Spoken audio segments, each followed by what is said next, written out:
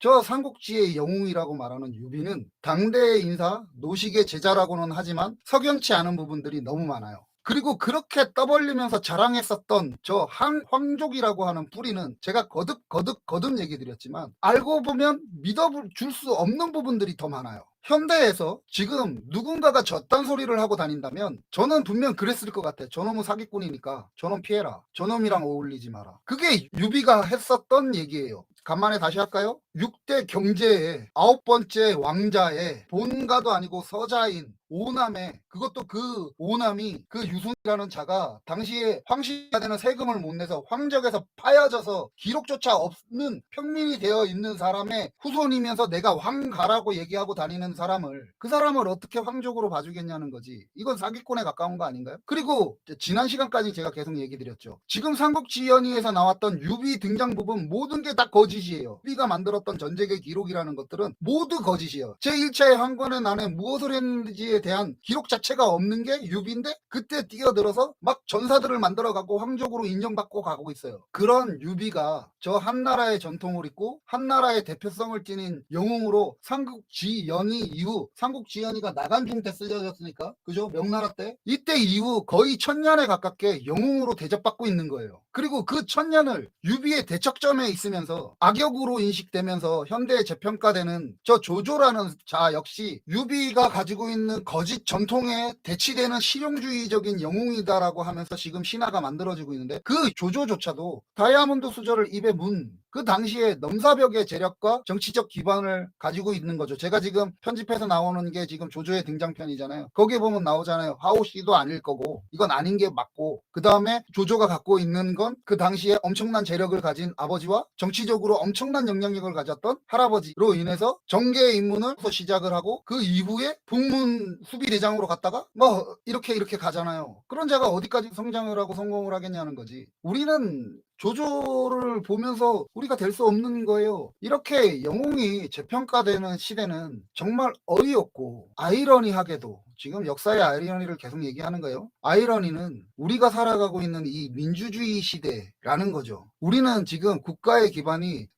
백성이 주인인 시대를 살아가고 있어요. 그 백성이라는 자들은 대략 2000년 전 저 시대에 저런 영웅들이 등장할 때마다 메뚜기 떼처럼 해로운 존재가 되어서 때려잡힘을 당했고요. 그 이후 역사에서 저런 백성이 한나라를 멸망시킨 악인들이라고 멸시 지탄의 대상이 되었어요. 그리고 지금에 이르러 저렇게 백성들을 때려잡은 자들을 영웅이라고 거짓으로 쌓아 올려진 명성을 보면서 우리는 열광하고 있는 거죠. 이것이 민주주의, 백성이 주인이 되어 있는 지금 이 시대에서 일어나고 있는 일이죠. 2000년 전에 당대에는 저런 욕심만 가득한 영웅이라는 자들을 우리 백성은 충심으로 따랐어요. 그리고 저 따위 자들에게 쓰임을 당하게 됨을 감사했고, 그렇게 또 버려지더라도 고맙습니다 했던 그 사회 문화는 어디에서 기인했던 걸까요? 나간중이가 유비라는 작자의 일화에서 펼쳐놓은 얘기가 있어요. 나중에 이제 나간중이의 삼국지연이 하다 보면 그 대목 나올 건데, 저 따위 거짓말쟁이 영웅이 겨우 배 따위가 고프다고 우리 유비님을 위해 자기의 아내를 죽여서 그 고기를 대접했다는 미친 사이비 사상이 아름다운 어떤 이야기인 듯 울면서 그걸 감동적이게 자랑스럽게 써제끼는 그런 문화는 어디에서 기인한 걸까요? 저런 순박하기만 한 백성을 자신들의 권력욕으로 100단위, 1000단위, 만단위, 10만 단위, 100만 단위로 죽이는 전투를 보면서 우리 민중이,